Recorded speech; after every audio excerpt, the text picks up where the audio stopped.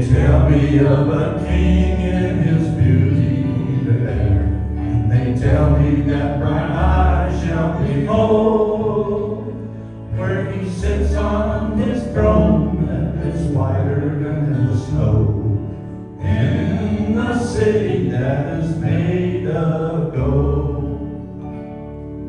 Oh, the land of cloudless days. Oh, the land of cloudless skies. Oh, they tell me of a land where no storm clouds rise. Oh, they tell me of an unclouded day.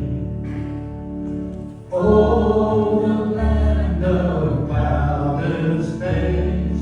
Oh, the land of cloudless skies. Oh, they tell me of a land where no storm clouds rise. Oh, they tell me of an unclouded day. Oh, the land of cloudless day.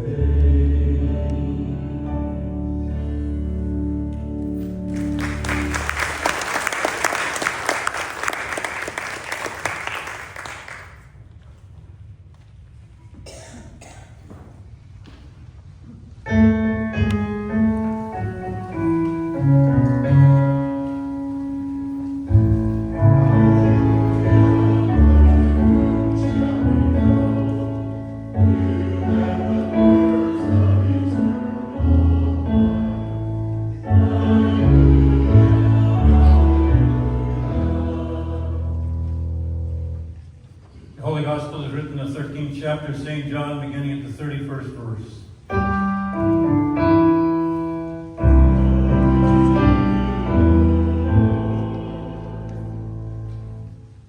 When he had gone out, Jesus said, "Now the Son of Man has been glorified, and God has been glorified in him. If God has been glorified in him, God will also glorify him in himself, and will glorify him at once. Little children, I am with you only a little longer. You look for me, and as I said to the Jews, so now I say to you, where I am going, you cannot come. And I give you a new commandment, that you love one another, just as I loved you. You also should love one another. By this everyone will know that you are my disciples, if you have love for one another." And here ends the gospel for the day.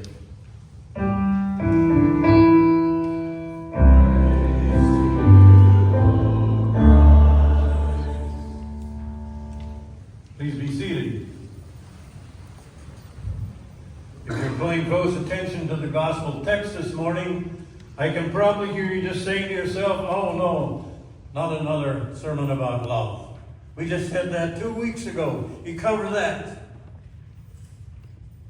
It's a lesson in love. And this is the problem with pericopes. Sometimes what we are given to preach on, the text that we are given, many seasons we can have 3 or 4 that seem almost the same. And how do you devise a sermon preaching mode where each one has a special message? It becomes a little bit of a problem. But this is a little different than the one we had 2 weeks ago. The one we had 2 weeks ago was the confrontation with Peter.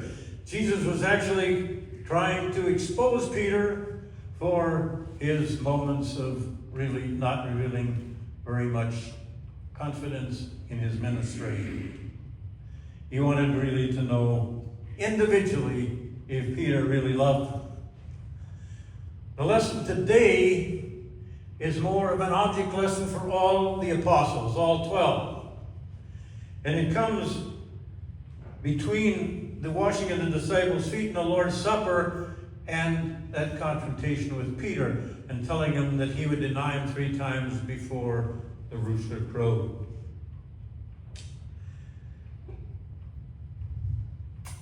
So, what I'm labeling this sermon today as, and could be 2, It could be the 11th commandment, or we could call it the 3 R's of love. And I take the 3 R's from the educational world. I don't know why the 3 R's are reading, writing, and arithmetic, because they don't start with the same letter. And maybe it was devised by an educator who couldn't spell. But we are dealing with the 3 R's of love, and they will all start with R, so that'll make you comfortable. And here's the interesting thing. We'll start with the first R of love. And that is, love is a requirement. Now think about that for a moment. Love is a requirement. It's not something that Jesus says, if you love, or if you think loving is a good deal, it's okay. It's a requirement. If you love me, you will love each other. God is asking us for something. Can you believe that? So often in the church, we take the idea that because we have grace, just like the Galatians did, that we can do anything that we want. That we don't have any requirements that God gives us, and God gives us requirements. Sorry about that. After a sermon on love, had one parishioner come up to me, this is some time ago, not in the last 22 years, came up and he said, you know, Pastor, I was reading and I really discovered something in my reading this week. I was reading 1 Corinthians and I came to the 1 Corinthians 13th chapter, the chapter on love, and this is the way it ends. She said, of these 3 things, faith, hope, and love abound. But the greatest of these is love. And she said, here in this Lutheran church, we've been talking about faith as the most important thing. And really, Paul says love is more important. That if you have love, you will show faith in what you do. And James says basically the same thing. You show me your faith by your love, and I will by what you do. Or you show me your love by your faith, I will show love by what you do. And so that is the message. Love is very important, and it's a requirement. And then, including that, we have the statement, there's a new measurement for love. We like to talk about love in terms of the golden rule. You know what the golden rule is. You love your neighbor as yourself, assuming that all people love themselves. And the problem is a lot of people don't like themselves very well, and sometimes for good reason. But Jesus says, this is not the measurement. This is not the gold standard. This might be the diamond standard. Whatever precious metal is more important than gold. He says, I want you to love each other as I loved you. So in terms of absolute betrayal, I love. When people desert, I love. If you have little faith, I love. Before you cared, before I was born, before you were born, I cared. Love others as I loved you. And once again, love in this terms is the way you act, not in some kind of flowing emotion. And that's so hard to tell people when you have some premarital counseling. Why are you getting married? They'll say, because I love them. And I said, not really.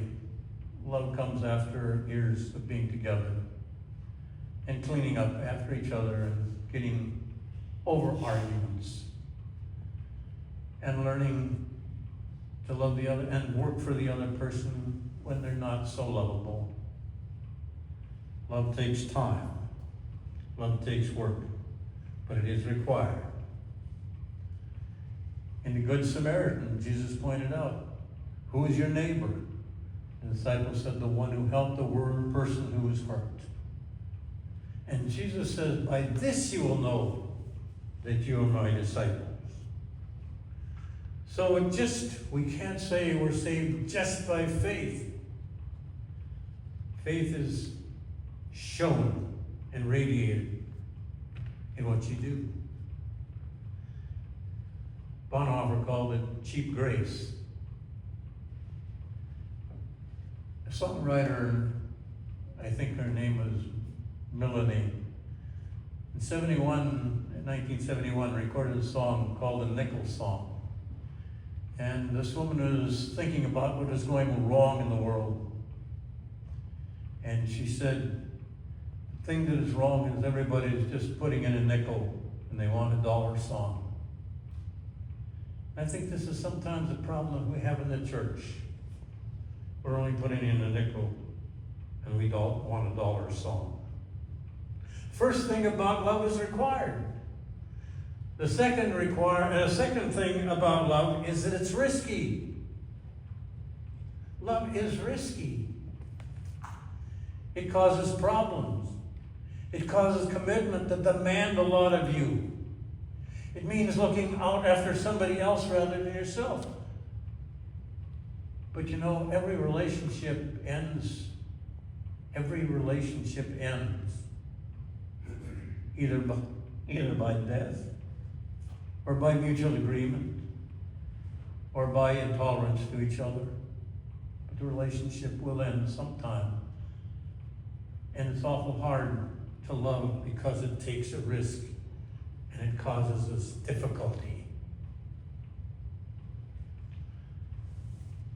I was in a hospital room with a young girl. She was about 22 years old.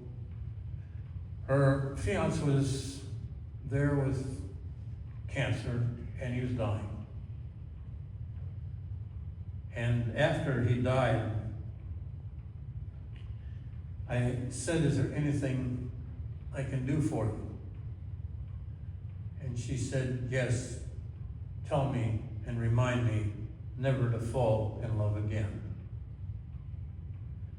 And I said, oh, I can't do that. Because without love, then life is meaningless. And I think the loved one that just died would remind you that you have to go on loving or you can't be living. I think a typical philosophy of modern life is found in the television program called Survivor.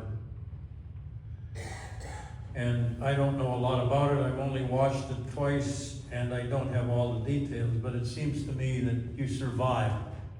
You survive and win the big prize, $1 million, I think it is, if you eliminate everybody else.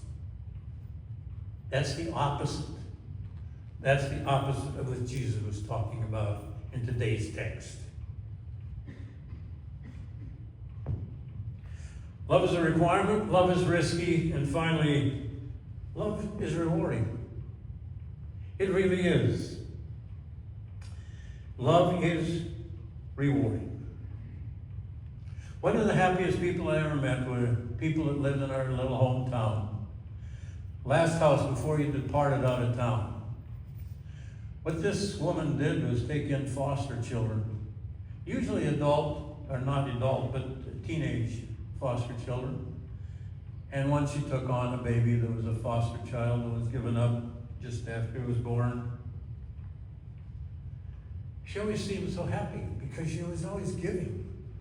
And sometimes these teenagers that she adopted didn't turn out to be so great and caused a little embarrassment for the family.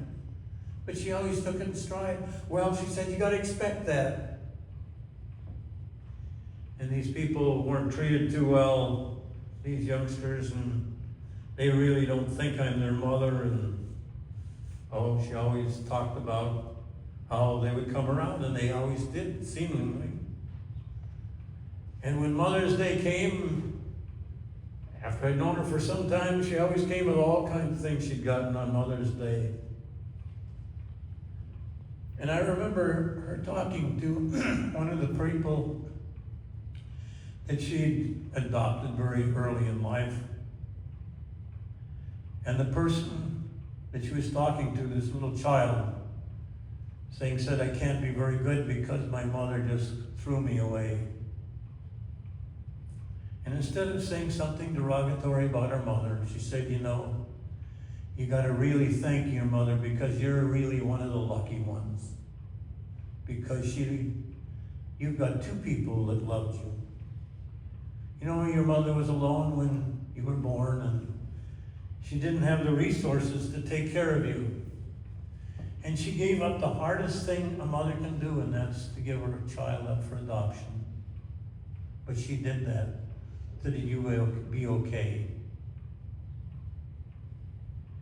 And at that moment, the life of that child changed dramatically. And I remember her saying, well, I've been loved twice.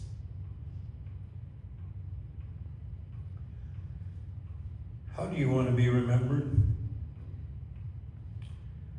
Would you like the designation of a lover, compassion, kindness, forgiveness, acceptance? Or would you like these as a designation? Envy, hate, ridicule, fear, violence, or another 3 R's, retribution, retaliation, revenge. It's your choice.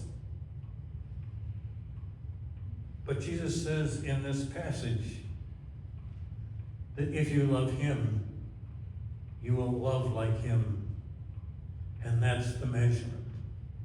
And the greatest reward that you can have is that statement of Jesus. By loving, they will know that you belong to me. Amen.